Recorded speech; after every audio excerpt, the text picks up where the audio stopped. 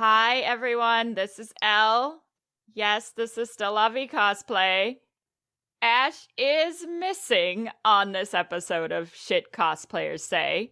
So I have a special guest with me. I have Maggie, also known as Paisley and Glue, here with us to chat a little bit about pain and crafting and what it's like to craft full time when your body may not want to cooperate. Maggie, welcome to the podcast. Thank you so much for having me.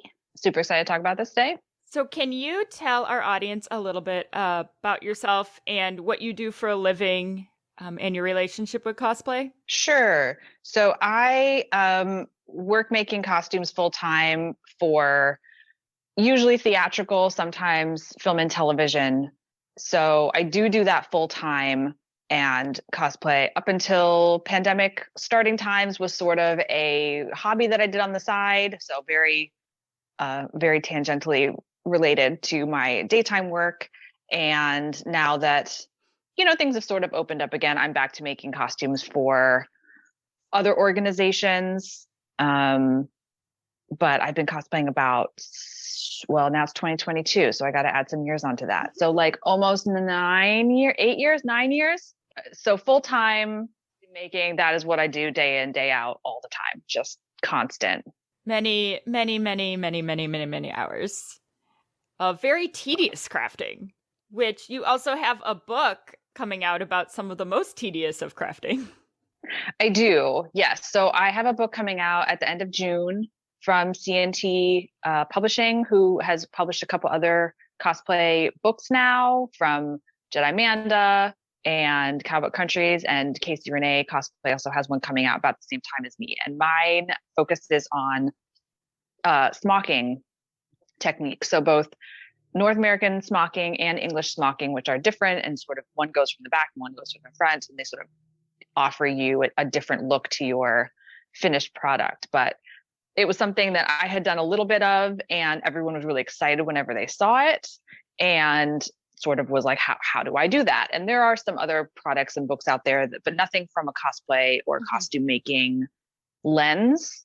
And so CNT was excited to sort of add that into their repertoire of books. It's coming out so soon. We will throw a link in the podcast notes so you can get your very own copy. We're definitely ordering it because it is a wealth of knowledge that we don't have. And I like having books. I like the book options and the step-by-steps and the pictures, and especially when they're explained by someone that has, as you said, has done this for cosplay, but also for other types of medium. It's usually a really nice reference, so you can kind of figure out how to apply it to your own work. For sure. And it does, it's coming out in print and it's coming out in ebook. So if you like the ebook, that is also an option. I do like the ebooks. I can throw them up on my computer and scroll through and find everything. Just did the Humble bundle for all the cosplay books, so I now have like 15 of them in PDF. Yeah, I've done that in the past too. That's a really good way to just sort of, get sort of catch up on any that you've missed over the last couple of years. Right. It's so affordable. It's really kind of a great option. I'm like, I have a couple doubles. I don't really care. This is fine. Yeah. Part of the reason that I wanted Maggie to come on for this episode is obviously there is a lot physically that goes on with being a crafter full-time. I am not a crafter full-time, but still experience a lot of physical difficulties in trying to get my crafting projects done. We have talked about, I've mentioned it before in the podcast, that I have Ehlers-Danlos syndrome, but I've never explained it to all of you before. So what that is it's actually a joint and connective tissue disorder. So it impacts me similarly to arthritis, but it also means that I'm really hypermobile. And so I have to be careful about how long I do certain activities. Fine motor activities can become very uncomfortable very quickly. I don't have a lot of great fine motor control in my old age either. So that has been an adjustment that I've been making. And it does impact my cosplay at con a lot, as far as like my ability to stay on my feet for long periods of time. You'll see me a lot not in my shoes that I would wear at a photo shoot anymore, because I'm trying to make sure I don't hurt myself when I'm at con, because we've all been there. with injuries at conventions as well as prior to. I have to make a lot of physical adjustments in my workspace to make sure that I'm not staying in the same position for too long, some ergonomic tools. So we'll kind of talk about some of the adjustments that we both make for our different needs. Maggie, do you want to talk a little bit about your physical limitations as well? Yeah, for sure. So about a year ago, as is the case with autoimmune things, they're like, we think you probably have this. So what it is it's called ankylosing spondylitis, which is kind of a crazy name, but it is again, a likely autoimmune inflammatory disorder that can affect people differently. Some people have mild cases throughout their life. Some people are, fully disabled by the time they're middle aged. So it can fuse your spine eventually. I am, who knows? I'm sort of past the age where things are normally diagnosed, apparently. And I'm also pretty hypermobile. So those things are good, but I have been experiencing sort of progressively tighter hips and low back pain. And it often presents itself as pain in your SI joints, which is the back of your hips, where I had pain for a long time and, didn't really think anything of it. And then, ended up finally going to a rheumatologist and finding that I had the genetic marker for this particular disorder. And so here we are. So currently what I have to do is stay as mobile as possible. So it's not at the point where we're going to do any medication, which is great, but that means it's all up to me right now, which is, I think we'll probably talk about, is sometimes great and sometimes not great, because when you're really hyper focused on something, sometimes it's really hard to be like, I need to take a break and stretch, when that's sometimes the last thing you want to do. So that's sort of the big overarching thing right now that I'm sort of looking at in my work, saying, how long can my body actually do this work? Because it is surprisingly difficult. And when people say it's just sewing, I don't understand. And, I could go into some pay parity issues with other people in theater who do other work, who get paid more than me, and have a lot of feelings about that. But that is another episode. So I'm sort of looking at that and trying to be as thoughtful as I can about how I'm treating my body, which is sometimes easier than others. I've picked up a lot of sort of small mobility devices that sort of cradle and support and give my joints some extra help. I think probably not related to AS. I do have some hand arthritis that are developing, and I'm 37. So just so everyone kind of knows where I am. And that's been kind of developing over the last couple of years, but I've noticed it definitely getting worse as in the last couple of years. I also deal with chronic migraines, which are often related to neck and shoulder tension. And the way that I sit sometimes doesn't help, as well as sort of basic neck, knee, low back pain, foot issues. All of those things are sort of things that I am dealing with now. The joke is we turn 30 and our body falls apart, but that really seemed to be true. It is. We'll get to it. It's true. Well, and one of the other reasons I asked Maggie specifically to come on is our diagnoses are very similar. But I have known about mine since I was age 4 and I am 37. So we've kind of got the perspective of someone who's known about it their whole life and someone who's just coming into knowing about some of these difficulties. One of the big differences between the two is that I'm going to get more hypermobile as I get older. So you go through this period where you start out really hypermobile, you tighten up, and then you get really hypermobile again.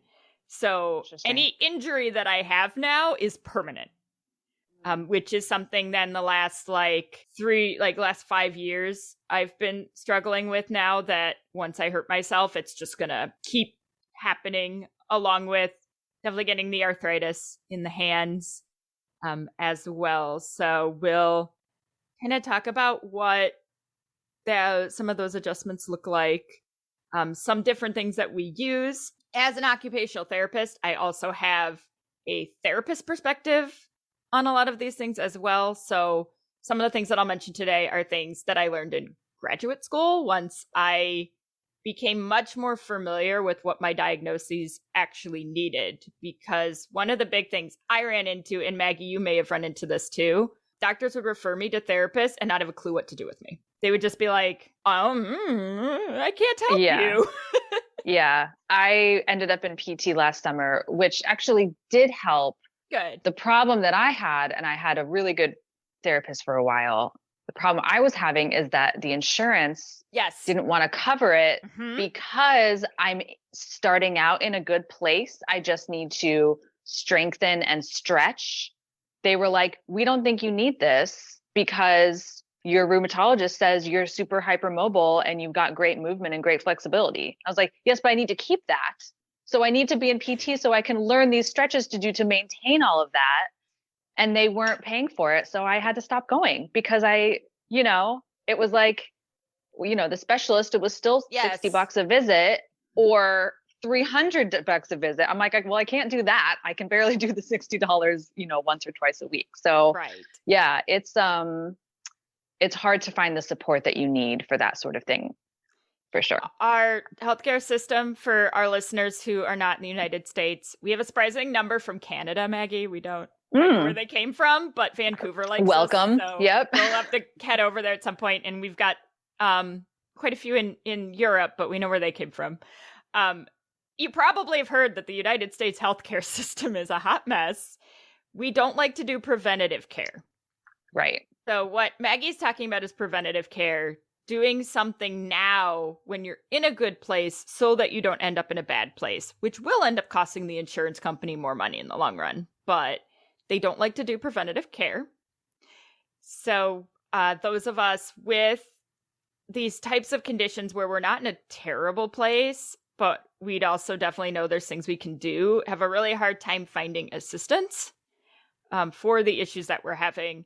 I'm lucky enough that I have kind of like a network of therapists that I know that we can bounce ideas off of. Are a few things we'll probably mention here that may be helpful for you. I'm working on in the future, ran into another cosplayer who's a PT at Anime Fusion last year, so she and I are working on some things together as well. So we'll keep you updated.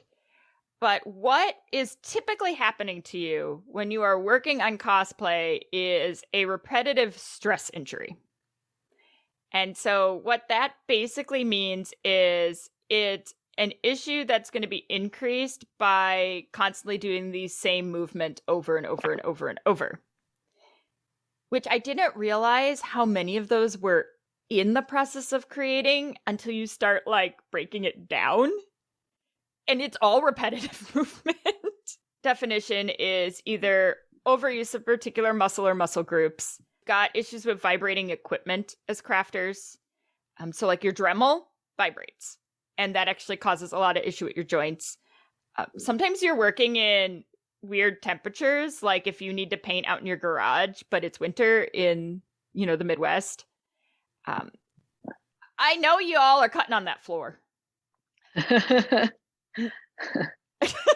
all do it. And then I'm like, no, you have a table. We all know we do it though.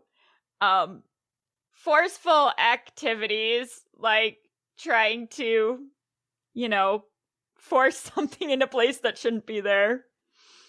If you hold the same posture for prolonged periods, and just like direct pressure too. So if you've been like leaning on something for a long period of time, carrying things you shouldn't, very heavy things. Well, and then stress in general is going to worsen repetitive stress injuries. So con crunch. The stress that comes from con crunch can make a lot of this worse. So we all know that we do a lot of these things, and I know I'm not perfect. I still do some of these things. I mean, I'll catch myself cutting on the floor. I'm sitting in a folding chair right now and probably shouldn't be. I have like a cushion for my back, but I need to get a new desk chair. We've all sat at the sewing machine for hours on end without taking a break. And I'll bet our sewing machine is not set at the right height either for optimal positioning. And I know I've tried to force like X-Acto knives through foam that they shouldn't fit through. And I mean, there's just so many things that we do. The one that really caught me, because I do a lot of wig work, is what it does to your arms when you have to hold your arms up for a prolonged period of time, like a hairdresser. Yeah. So hairdressers have a lot of neck and shoulder injuries from the position they have to hold their arms in. And so I'm not like, oh, I need to put a timer on for my wig work too. Or, I might end up hurting myself trying to do those kind of things. If you bead forever on end, that's a repetitive stress injury. Even just standing for long periods on a surface that isn't good to stand on. I know my room has not got cushy garage floors or anything. But you look at this list and you're like, yeah, we all do that. Mm-hmm. Yeah. All the time. For sure. Yep. We know we're not supposed to. Right. I know that I shouldn't be barefoot working in my studio, but when it's hot outside, I don't want to put shoes on. And then at the end of the day, I'm like, oh, my feet hurt so bad. It's because you're barefoot all day and you don't notice it for a couple hours. But then, it's days of pain after that, recovering. Exactly. And even those of you that don't have these issues, start now so you don't have them later, because preventative is the better way to roll, because this affects everyone. It doesn't matter if you have a joint issue or not. You can still be impacted by a repetitive stress injury. I know y'all have had them during Con Crunch, because I have seen the posts of the amount of pain y'all are in because you just sewed for 5 hours straight before the con. Or your hand is cramping from using the X-Acto blade, and that happens really quickly. It does. And that has a lot to do with the force required on the tool to go through the material. Mm-hmm. So the more force that is required and it's a small lever. So I won't go into force coupling levers for you guys. That's a lot of science. But essentially, the bigger the object that you're holding onto to use to create the force, the less strain that's going to cause your muscles, because you can use a large group of muscles to do the activity. So an X-Acto knife is really tiny. And so you're trying to put a lot of force into a small object, into a rather thick material that has a lot of resistance. Mm-hmm. So you're going to cut for a few minutes and be like, ouch, this isn't working.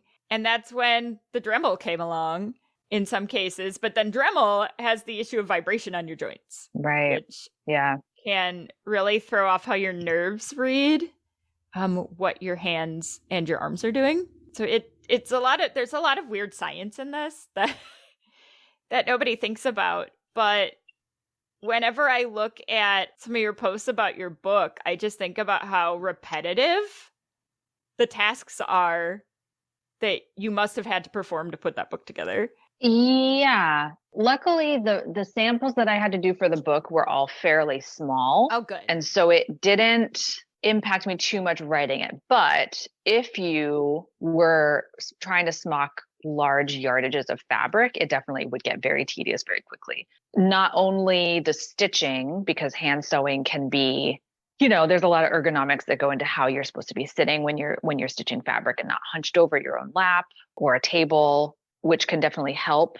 But I've kind of developed some grip issues, especially in the first joint of my pointer finger on my dominant hand, because it hyperextends. So if I'm not paying attention, or I'm not wearing the little joint brace after hand sewing for a few hours, even wearing a thimble, all of that, my finger, that joint will get really fatigued and painful. So I didn't have too many problems with the book necessarily, but I could see if you were doing this sort of work long term, if you're like, I'm going to smock these 2 yards of fabric and I'm going to do it in the next 2 days, that's probably not a great thing. Maybe try to spread it out over several weeks of just, an hour or two a night while you're watching TV. It's a great sort of while you watch a movie sort of project. But yeah, that sort of thing where it's repetitive motions can exacerbate issues pretty quickly. For sure. And sometimes you don't notice for a couple days. It's fine while you're doing it. And then you wake up the next day and you're like, oh my God, my hand hurts so bad. So that's probably not a great sign. It's always delayed. It's always the next day you're like, Oh, my body's dying. Yeah. That is now Sunday of con for us. Mm. We wake up and Oh we're my just God, like, the I'm worst. dying. I can't do Yes. this anymore. Well, and for smocking, what I see most cosplayers trying to do is what you're describing, like 2, 3, 4 yards of fabric. Yes. And it's Yes. like, that's gonna get you. Yes. You need to not con crunch that. That needs to be I'm going to do this over a longer period of time in between doing other things, because first of all, it's just kind of tedious. So just for your brain, might be good to spread that out. Well, and even if you do have a brace, you still want to be cognizant of like time, friends. So the brace isn't gonna like, you can't just put a brace on and be like, now I can do this for 5 hours. Right. That's there to just give you the support, but you still want to keep the short periods of time. Because I also have the issue with the hyperextension. And sometimes those, have you ever used the little like the silver ring joints? Like, what I have is similar to that, but plastic. And it does, it really helps me a lot, but they're surprisingly expensive for how simple of a little thing it is. So I need to, and I misplaced that. So I need to get another one at some point. Well, and some of that extra fatigue on Sunday also comes with the fact that we are over 30 years of age. So for our over 30 cosplayers, you're probably feeling this more than our younger counterparts. Because I remember back in the day, I could go all day long living on Pop-Tarts and Mountain Dew for a weekend, staying up till 3 or 4 in the morning. Oh my gosh. Yeah, we're lucky if we make it to like 11 now. Oh yeah, absolutely. At Katsucon this year, I was like, you guys, it's past 10. Like I'm Right? done. And they're like, really? And I'm like, yeah. See you guys at, I'll see you in 12 hours when I've recovered. We laugh every time because anime conventions tend to put our live show really late at night because it's an 18 plus show. And so they'll book us at like 11 midnight. Oh my God. We once had one at 2 a.m. Oh my God. And we're just like, no. Can you put us at like 9 o'clock? Yeah, like, even that is pushing it. We're going to want to go to, like, we get that they want it late enough that like the kids have left. Sure. I mean, that's why we love, like, it's at like 7 o'clock at C2E2 usually. So we're like, yes, because C2E2 is adults. And so yes. But even I think I told you at C2E2, even at 7 o'clock, I was like, I couldn't make it. I was gonna go, and I was like, I can't. I gotta go to bed. You had a long day, though. I did. Like, you were on your feet literally all day. Yeah. So that was a rough weekend. Yeah. That was those concrete floors. Oh my! I was in so much pain from those concrete floors. Usually C2 puts carpeting down, but because of COVID, they didn't. So we were just on like the cement concrete, like convention floors. And I didn't wear fancy shoes that weekend because I took one look at that floor and went, nope, that's not going to happen. I wore like my black lace up boots that have like support in them the entire weekend.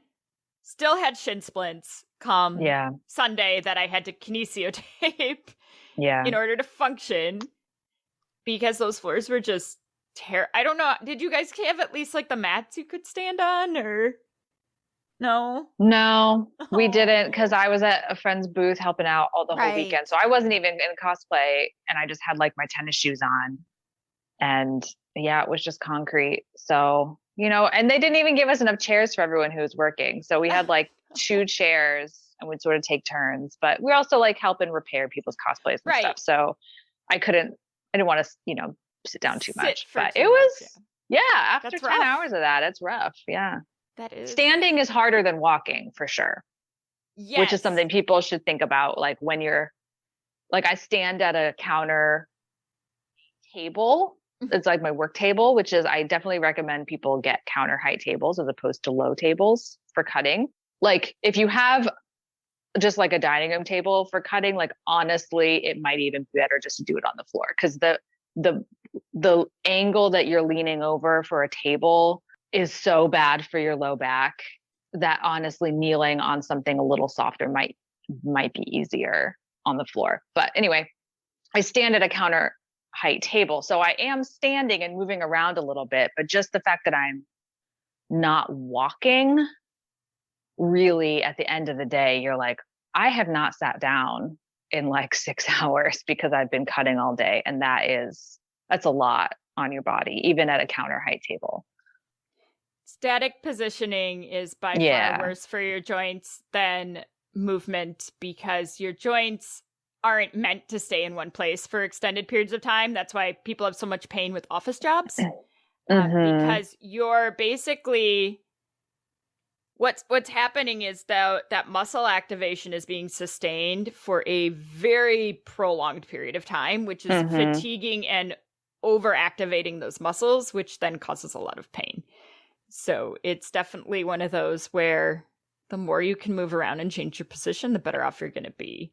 Yeah. A lot of these issues really hit hard when you are in your 30s because as you start to experience more wear and tear over your life, that starts to greatly impact how your body is able to function. And this is due to what's called cartilage, which is what like gives us cushioning between our joints and allows you to do physical activity without pain. But the older you get, the less of that you have. And seeing as how there are 360 joints in your body, as that starts to deteriorate, you're obviously going to have a lot more pain. This is why 30-year-olds have a lot of back pain, too, because those discs in between your vertebrae that are meant for cushion start to kind of wear out. And then the spine becomes less flexible. And so then you start feeling that back pain and that fatigue. And it's so much fun being in your 30s with your body hating you, but it's okay. Because really your like peak physical fitness hits in your 20s and then everything just kind of starts to decline after that.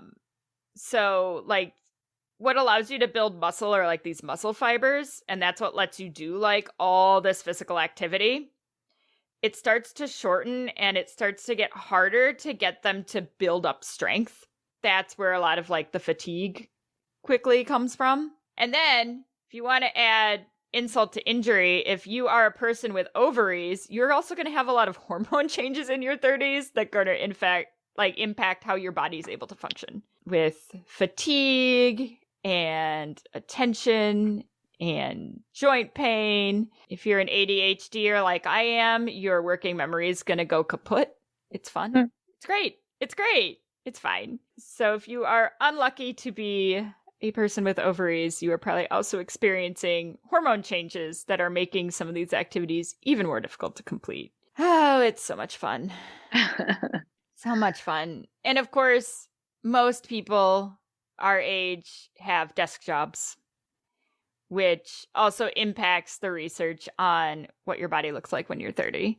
Because as Maggie mentioned, the longer you stay in one position, the worse the pain is later. So sitting at a desk for 8 to 10 hours is not good for us. And then, of course, when you're in your 30s, you have more stress than you do typically when you're in your 20s. There's more life expectations, more responsibilities, and stress impacts how you handle anything that is physically stressing out your body. Just makes 30 look so great, doesn't it? I'd still rather be in my 30s than ever go back to my 20s, though. So yeah, I'm all good. My God. My early 20s were fun when they lasted, but I don't want to be that person again. So we're all good. I'm good in between here. So we've talked a little bit about changing position to try to keep from getting some of these repetitive stress injuries. I actually end up using a timer for that because I'm really bad at disconnecting from what I'm doing. But typically the recommendation's like no more than 30 minutes, which in a perfect world. Right. Yeah. And it's one of those, like in a perfect world, that would be great. That's not always going to be the most practical option. I try. Yeah. I have an app that's supposed to remind me that I'm very good at ignoring. So, it worked for the first couple weeks and now I don't pay attention to it anymore. So that's definitely something I need to work on. Yet the only reason that I'll even hear my alarm is because I listen to podcasts while I'm working. And so it disrupts the podcast. And so then I know that I need to move because it just like, I wouldn't look at my phone otherwise. I mean, I can zone out doing this work and not have any idea how long I've been doing it for. Reminders are great, but yes, a lot of times we can just turn them off and then it's like, I'm good.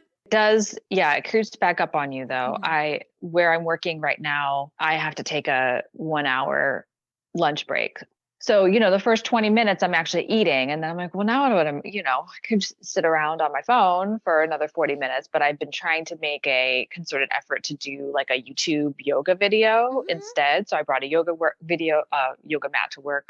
It was, it was fine. I mean, it was great. And then I didn't do it for about a week because I kept having like life admin phone calls during lunch that I had to make. The difference after just missing a week of that sort of like deep, especially like hip and low back stretching that I was doing during lunch made such a difference in my pain level by the end of the day that I was like, okay, I really need to make a better effort to really sit down and do this every day because while I was doing, I wasn't really noticing that I was feeling better. But then when I wasn't doing it, it sure made a difference at that point. You might not even notice that it's such an important part of your day to just sit and stretch and move around a little bit every couple minutes, every hour or so. Just take 3 to 4 minutes to just like really stretch out, especially your shoulders and do some like side twists. Like I get really tight, like on my IT bands. Mm-hmm. And you don't necessarily notice that when you're just standing until you stretch that muscle and are like,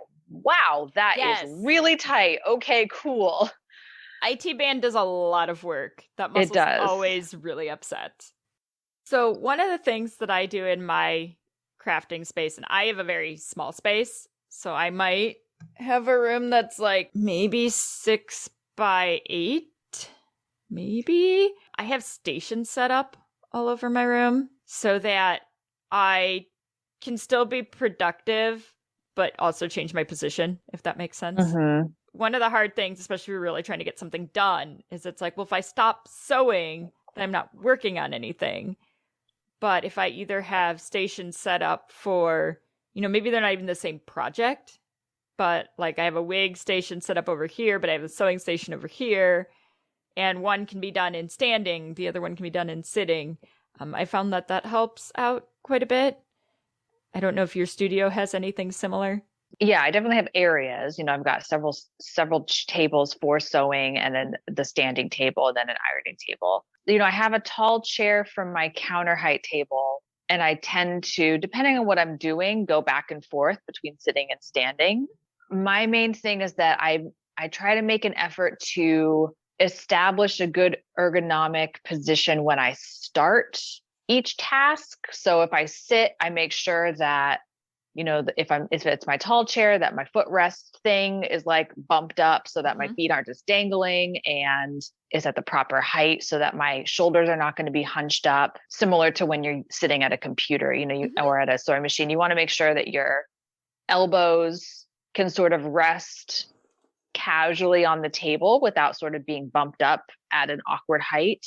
That's usually going to be the most stable position for your shoulders and the rest of your joints for a sort of longer period of time if you're going to be sitting or standing. And the same time with a counter height table, different people, depending on what your height is, a different table height is going to be better for you. So I think oftentimes if you're making a craft table, doing something custom to make sure that it's the right height for you is really important. And IKEA has, I think, some that are adjustable. So that you can sort of swivel a gear to sort of raise up a table a couple inches or lower it depending on what you need. Because if, a person that's 5'2" needs a very different table height for comfortable standing than a person who's 6'2". Anyone who uses a kitchen will tell you that like sometimes the counter is just not what you need it to be. Anything that's adjustable is like awesome. I really wanted one of those adjustable tables and it just doesn't fit in this space. Yeah, so yeah. I kind of have the problem that you talked about, where the dining room table can sometimes be good, but sometimes not. Yeah. I wish my cutting table it's great for the sewing machine. It's the appropriate height for the sewing machine. But for cutting, it's a little awkward. But in my case, better than the floor. So it kind of depends on who you are, but I don't cut for long periods because it is not the correct ergonomic height. So I'll cut and then do something else for that one. I think kind of like what you mentioned, I think one of the big things that gets missed is the position of your sewing machine in relationship to like where you can hold your shoulders neutrally. Mm-hmm. Mm-hmm. Because if your shoulders feel like they're joining your ears because you're trying to like fit your fabric through your machine, then your machine's probably too high. Yeah. And you can have honestly, you're better off with your machine being slightly too low than too high. Yeah. Because that's going to be a little bit easier to adjust to. But it depends on what kind of table you're using. So certain tables, like a lot of dining room height tables are actually slightly too high. Yes. For a sewing machine. So then sometimes what you can do, which is what I do at mine is, and this helps with too, if you don't have great chairs in your sewing machine room or your crafting room, your sewing machine room. Wouldn't that be nice if you just had a room that was the sewing machine room?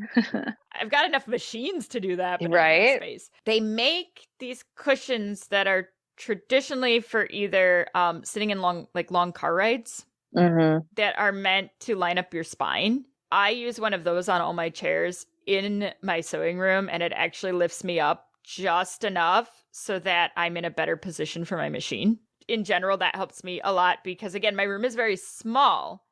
So everybody's like, get like a computer chair. I'm like, it won't fit. Like, they don't fit in this room. I found like one chair that I need to go buy from like Office Max that's going to fit. Yeah. That has wheels so I can just roll around my room. A lot of us are dealing with spaces that aren't great for what we're trying to do. Right.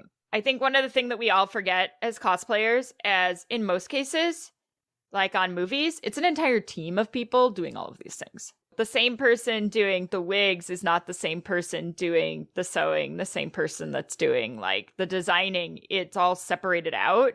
And we're trying to do like full on production work in teeny tiny rooms and apartments and houses and on short schedules. On short schedules with a budget that a movie doesn't have. Right. In a perfect world, we'd love to have all of the space and these things, but there's a lot of hacks that you can use to try to make it a little bit better. The chair that I use it's sort of like a budget computer chair, but it doesn't have arms, which is good for when I'm sewing. And it also goes up and down and has wheels, but it's pretty low profile. So it doesn't take up a lot of space. Nice. But I do still have one of those little cushions that are, they take the pressure off of my tailbone because I have a lot of sort of pain around that area where my muscles are really tight. And so I have one for the car and I have one for my sewing room, and I sort of move the cushion around the chair depending on where I'm sitting. Yeah, a chair is and the great thing about the chair going up and down is that the table then doesn't matter so much, that you can move the chair up and down depending on where you're sitting to make sure that your machine is at the right height for you, and also the right distance from you is also important. Yes. So often I'll realize that my machine is too far over on the table, and so I'm reaching more than I should, and then I start getting pain across the tops of my shoulders. And I've also recently had the fun thing where the arch of my right foot is giving me problems. So now I'm trying to switch off feet, which is more difficult than you would think you are, because I'm very dominantly right-sided. I would never want to drive with my left foot because I think that would be pretty dangerous, but you can use a sewing machine with your left foot. That's not horrible. And I think just that sort of like rotating ankle arch thing really was starting to really bother my feet, even wearing shoes with support. And sometimes with an arch support as well. So yeah, I think starting your task, thinking over slight things of how am I standing? Could I adjust something to make my body more comfortable before I even start and get really involved in this task? And then, 2 hours down the road, realize that I've really sort of made some poor choices that I'm going to regret later. We've all made those poor choices that we then regret. Yes. They happen. It's all good. As I sit here without my shoes on going, oh, I should have my shoes on. Because I find that I get a lot of arch pain in my foot as well. My arch is really high. So if I don't wear shoes, that's usually an issue. and yet I'm sitting here without my shoes on. So like we all do we all do these things. It happens. I will say 10 out of 10 these cushions are like the greatest blessing I've ever found. And I'll post some examples of things that we're talking about so y'all can at least know what we're talking about. Like I'll post some pictures. I don't have any affiliation to any products, so like if there's any links, I can't confirm or deny their quality. But I can at least grab some pictures of some different items so you have an idea of some of these things that we're talking about, such as like the adjustable tables and the cushion and things of that nature. Apparently, I need to get whatever chair you have, though, because it sounds fantastic. Yeah, I mean, it's fine. I think the cushion helps more than anything, Yes. but yeah. It's got to be better than the folding chair I am currently Yes. So I imagine so. I don't think that it was very expensive. So maybe I'll try to find the link and send it to you. The other thing is I have like a travel one that folds.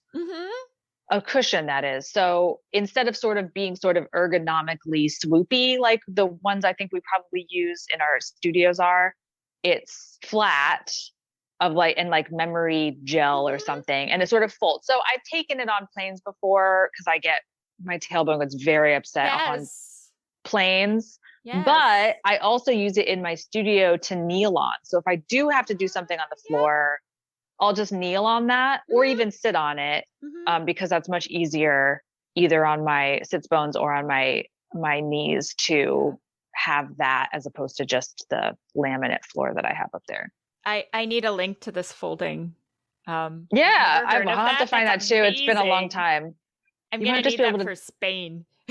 Yes. Oh my gosh. Because that's going to be a long flight. Yes.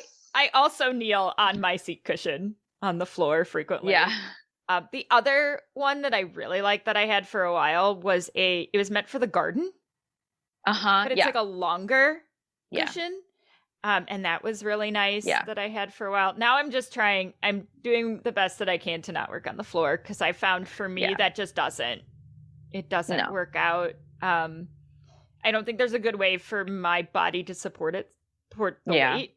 So I'm trying, but it happens. I mean, sometimes it does.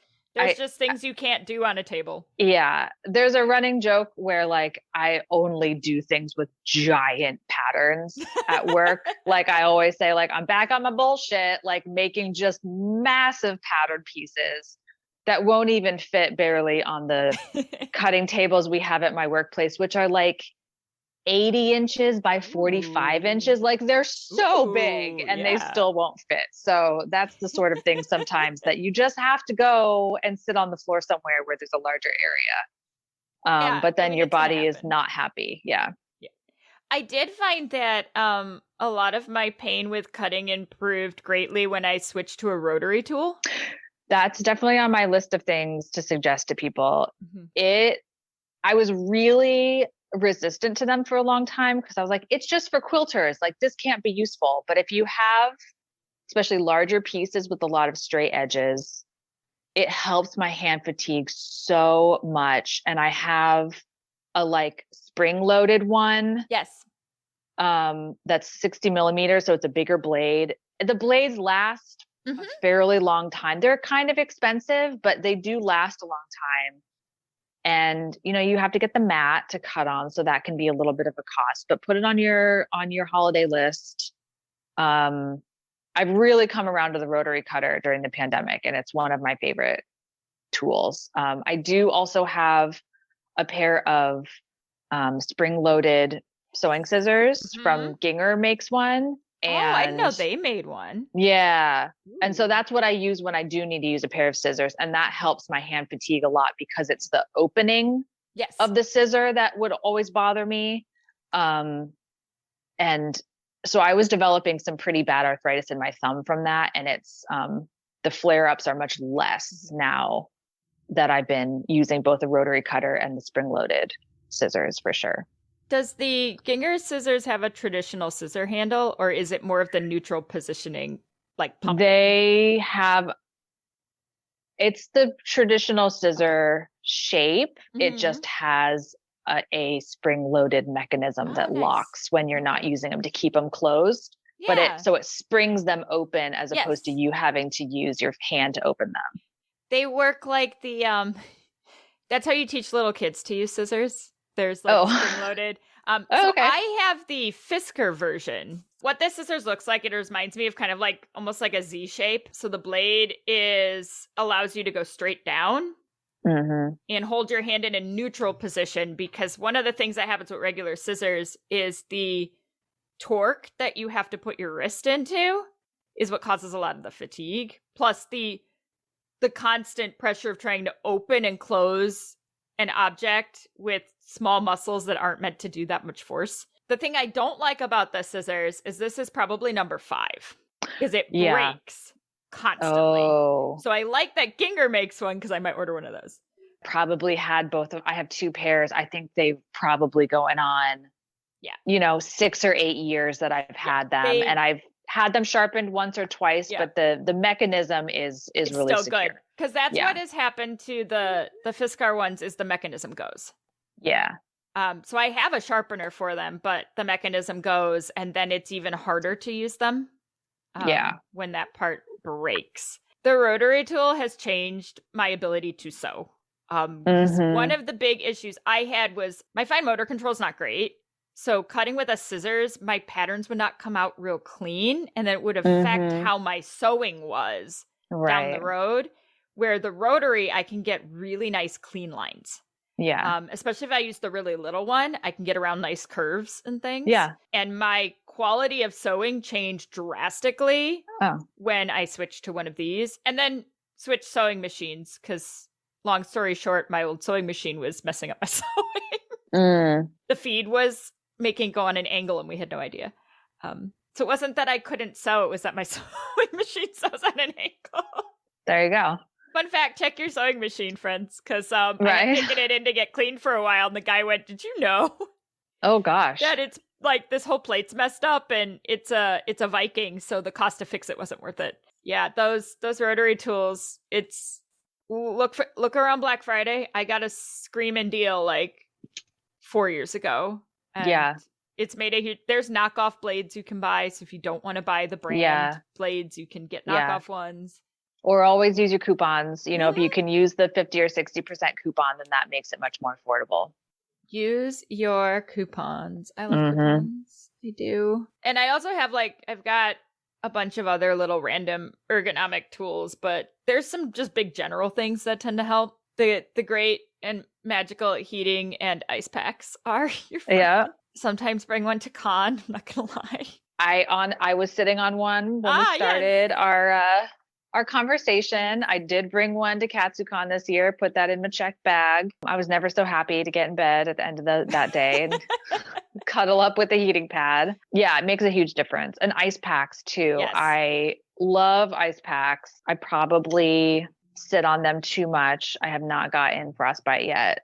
It's possible that I may in the future. It's happened to other people I know, but it really can help with inflammation a lot, where heating pads are great for relaxing, but the ice packs are really, I think, what makes a difference for me in pain level, long term. Absolutely. Because that's reducing your inflammation, and then which is what is typically causing most of the pain. Yeah. That's also why you can rotate ice and heat.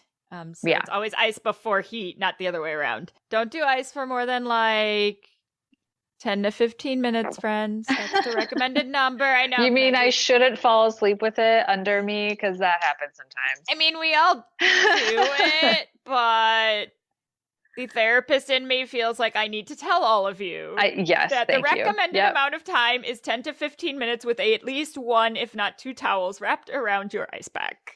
Thank you. Prevent skin irritation. Yes. The therapist in me feels responsible to give those directions. Absolutely. Which the other item that I always bring to con, which speaking of safety directions, is kinesio tape. So a lot of you are actually probably more familiar with this item in use for binding than for its intended purpose. I could go on a rant about how this is not meant for binding, but you all are doing it anyway. But its intended purpose is to either stretch muscles so that they can relax or hold joints in place, depending on how you use it. So kinesio tape is this like stretchy cotton-based tape that you can like stretch to different lengths depending on how much stretch you need for your muscle. And so there's different positions you put your body in to then create this prolonged stretch. I use this at con preventatively more so than reactively. I use it as like an ankle stabilizer for I have two ankles that don't like to stay in place. So, and I took a picture of my legs at St. Louis before our competition because I had to wear heels. And I have not, pandemic, I've not been wearing heels.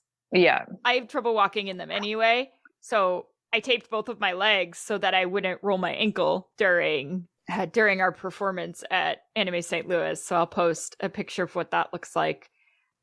We've also used this a lot for heavy wigs for like the neck to try to some support. Mm-hmm. I life-wise typically use this for relaxation of IT band as well as relaxation of your muscles that hold your head up. So the muscles that cause migraine tension, because I, knock on wood, wasn't getting them and now the weather's doing wacky things and I'm getting them again. But for fancy terminology, it's your levator and your trapezius that cause tension headaches a lot of the time. So there are tape patterns that you can use for that. And those are the two muscles that typically get really irritated when you're stressed. The place I recommend if you're like curious as to what these patterns look like is KT Tape has a YouTube channel of literally every pattern for every issue you can possibly think of. So I can put a link for their YouTube channel. There really isn't any danger in trying kinesio tape, which is the other nice part about it. Unlike a medication, if you try and it doesn't work, oh well. Recommendations for trying to get it off, though. The reason I don't like this for binding is it's meant to stay on for 72 hours. If you try to take it off too early, you might burn your skin, which I have had happen before. Depending on what level of tape you get, the longer it'll last. So when you want it to come off, you want to get it really wet and you want to use baby oil and you want to wait at least 72 hours. So the problem with binding is people try to take it off after like 6 hours and then they hurt themselves. Yeah, it's not pretty. Ow. The burns really hurt because I've had it because of the Ehlers-Danlos. I have to be careful with what brands of kinesio tape I use. Some of them hold too well. And then it's like 2 weeks and I still haven't been able to get it off. Oh my gosh. But now it's irritating me because the muscle's mad. Because the muscle's like, okay, I'm done being relaxed. I need to work now.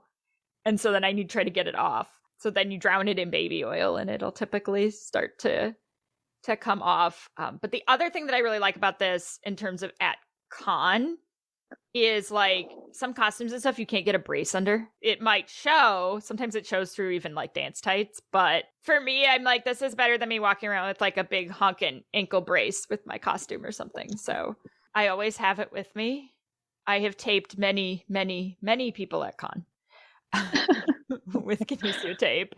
The taping that is most common when I'm working on projects is its common name is like golfer's elbow, essentially. Muscle that goes from your elbow to your thumb gets really mad with fine motor activities. And there's a taping that you can do to relax that muscle so that it's not pulling as hard, because that pull is actually what causes a lot of the pain in the thumb. That's actually on my list of a stretch that a PT massage therapist showed me once was, so I think this is the same muscle you're talking about. And where mine always hurts is about 1.5 inches below, on the top of my forearm, about 1.5 inches below my elbow. And a lot of people don't realize how tight this muscle is. So if you take your finger and press hard into the top of your forearm, likely you'll be like, oh my gosh, ow, what is going on? And that's because that muscle is so tight going from your elbow to your thumb. So they showed me, if you put your arm flat on a table and raise your hand and then push into that muscle here at the top of your forearm and sort of stretch your hand up slowly at that point, that can help sort of relax that muscle as well. And they recommended, recommended I do it every day. Do I? Absolutely not. But I should, because that muscle is always tight. And I feel like that's a place that we don't, similar to the IT band, you don't know that it's so tight and causing other issues until you start stretching it and are like, oh my goodness, like that, like I've got such a little trigger point there. And I think, anyone who uses a mouse on a computer a lot, like that muscle is going to get really tight. If you type a lot, if you do fine motor things with sewing, on me, it's both of my forearms are tight like that, but the right one is definitely much more so. Yeah. So then what the tape pattern does is basically puts your arm on that stretch for a prolonged period of time. Gotcha. Yeah. And it just kind of leaves it. And the tape will also take some of the force off of the muscle. Okay. That's the other cool thing about kinesio tape is it absorbs some of that muscle force. It's doing some of the work for the muscle. So the muscle gets a little bit of a break. Huh. Yeah, it's fun stuff. I have not tried it before, so I should definitely look into that. It's cool stuff. I highly recommend. I don't know what I would do without it, honestly. Although if you do find that you're constantly taping the same pattern over and over, there probably is a brace that exists that does something similar. Especially if you're finding that you're taping for support more so than relaxation. And financially, that's going to make more sense in the long run. So like I have a Fabrifoam CMC. So CMC is your thumb joint wrist brace that I use because I was taping that little joint a lot. And it just made more sense to buy this little foam brace, which allows me to have wrist movement and thumb movement, but still have support. Yeah. Because it's hard to craft in those stiff wrist braces. Yes. Yes. Like the ones that have like the board in the bottom of them. Yes. That you're going to find at like Walgreens. And those are a little bit harder to work in because they're not allowing you the flexibility that you need to continue to work. Yeah. So some of these smaller braces can be really handy for that as well. I also like something as simple as like a lacrosse ball to use as a massage tool. That can be really helpful. I also have something, I think it's called like the Back Buddy. If you type that into Amazon, it's sort of a weird S cane looking thing, but that is such a simple looking tool, but you can get such good leverage to really get into, especially like under your shoulder blade and those kind of top of the trap muscles that get really tight. And the force that you can get with that tool, I think it was like $35. Like it's a very simple thing, but it does a much better job than just sort of trying to use your own hand to kind of massage your shoulders or having someone else do it. So those are all my sort of like fun little tools that I have at home. So many things that you don't think about, right? I know. I have like a whole basket of like all like. I know. I've got so many random things everywhere that it's things you don't think about. But now we've opened the door for all of you to think about them. So we are going to wrap up this episode, I think, here. I feel like Maggie and I could continue forever with our wealth of knowledge. So Maggie might just have to come back and hang out. But before we sign off, what would be your number one piece of advice for cosplayers? I have many pieces of advice. The one that relates to today, I think, is it can relate to various subjects, but in specifics to your body, just be realistic about your limits. Be realistic about the limits of your body. Be realistic about the limits of your current skill level, and not biting off more than you can chew when you're taking on new projects can both help your body not have to deal with things that it's not prepared for, either through stress or through, repetitive motions that you're not really prepared for. But it can also, just make the whole, like, this is supposed to be a hobby and it's supposed to be fun. And so not being realistic about those limits just sort of spirals us into this never ending pit of angst and stress and failures. And it just makes it not fun anymore. So to be realistic about where you are and where your body is right now can really sort of keep you healthy and keep your mind healthy and keep it a healthy hobby for you in the future. So you can find Maggie pretty much anywhere on the social medias at Paisley and Glue. We'll put her links in the show notes so you can follow her adventures, because you should. They're always a really good time. But thank you so much for coming on today with me. I really appreciate it. Thank you for having me. It was super fun.